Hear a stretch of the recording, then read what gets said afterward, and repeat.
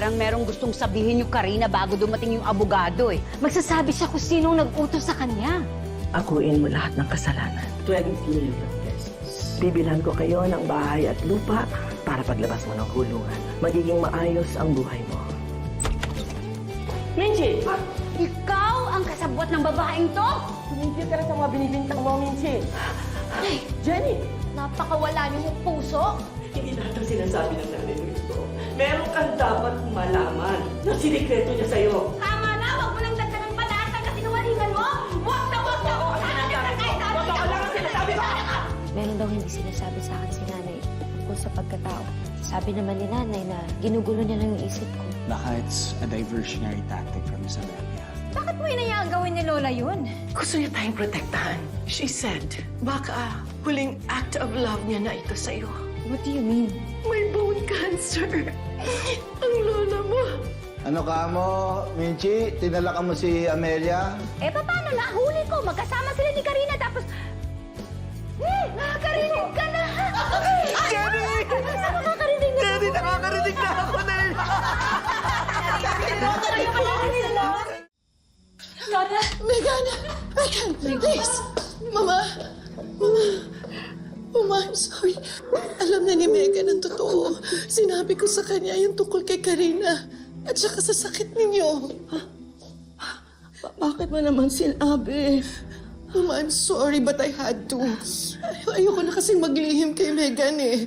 Gusto ko aware siya sa lahat ng mga nangyayari. Mama, are you okay? Are you okay? I'm just tired. Let me rest. Kumain ka na ba? Hindi pa. Megan, I want to sabihin mo rest. kay Twinkle, mag-prepare ng food. Sasamahan ko na siya sa kwarto.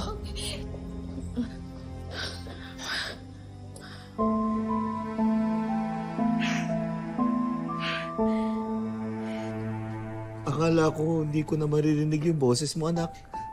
Akala ko hindi ko na rin maririnig yung pagbubunga nga sa akin ng nanay mo. Ah, ganon. Hindi, pero masarap naman siya sa tenga eh. Pero akala ko talaga, mabubuhay na lang ako sa katahimikan. Pero lumaban ka, mahal. Siyempre, tinulak niyo ako para lumaban eh. Alam nga naman, sumuko ako habang kayong mag-ina ko lumalaban. Papsi, pag fully recovered na po kayo, yung isang tenga naman po papaoperahan din po natin yan. Nak, hindi na. Hindi ko naman kailangan ng dalawang tenga. Hindi lang naman tenga ko ang ginagamit ko para marinig ko kayo. Pati ito. Alam naman namin yon. Pero syempre, iba pa rin yung dalawang tenga nakakarinig, di ba? Mas malakas, mas malinaw. Tama po si nanay. Tsaka Papsi, hindi po ako papayag na isa lang. Ginawa niyo po yung lahat para sa amin. Ako naman po ngayon. Kaya kahit po na mabaon ako sa utang sa Astra M o kaya magbenta ng kidney, gagawin ko yun, Papsi, para lang mapaoperahan kayo. Jenny, anak. Iyan ang wag na wag mong gagawin, ha? Kung gagawin yan. Bakit naman po hindi?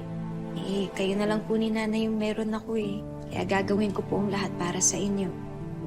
My one and only Pops.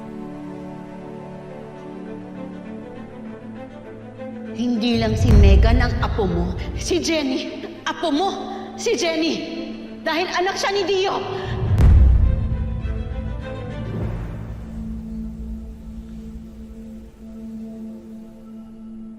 Oh, anak. Ba't naman ganyan ka kumakatingin sa akin? Wala po. Tinitingnan ko lang po kung magkamukha tayo. Parang kamukha naman po tayo eh. Panay?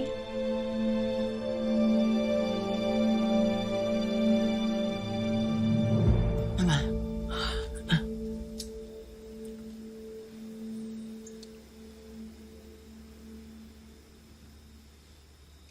Mama, dumating si Minchi at Jenny. Nabuking ka ba nila?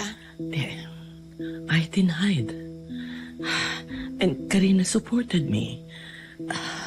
Hindi ako pwedeng kasuhan ni Minchi dahil wala siyang ebidensya. At alam mo ba, ready si Karina na akuin ang lahat ng kasalanan. Paano kung imbestigahan nila si Karina? Tapos, madidiscover yung 20 million na papasok at yung house and that. Plansyado ng lahat. Inayos ko na yan. Cash. Ibibigay ang pera para walang paper trail. Ang house and lot, ilalagay sa pangalan ng iba. Palalabasin na nagre-renta lang sila. At saka na lang ililipat ang titulo sa pangalan nila. Ikain po kayo. Ayan, naku. Mabuti naman. Magaling ka na. Tama yan. Tamang-tama yan. Kailangan malakas ka dahil lalabanan natin sila, Amelia. Bebe ko, wala na akong intensyon Hindi pwedeng walang intensyon. na idemanda yan si Kumain ka. Amelia. Oo. Bakit? Wala na. Anong wala na? Pero Papsi, may kasalanan pa rin po siya sa atin. Oo nga. Nay, tanda. May kasalanan nga siya. Pero ano yun, sasayangin natin yung oras natin sa pagkalap ng mga ebidensya? Ha? Anak, malaking laban yun. Hindi natin kaya yun. Pero, Perry. Wala nang pero-peri. Walang pero-pero. Alam mo kasi, ayokong sayangin yung oras natin sa pagkalap ng mga ebidensya na sigurado akong nilinisan niya yung mga bakas sa mga kakuntsaba niya. Kumain ka muna. At saka, yan si Karina na yan, ayoko na rin siyang idemanda.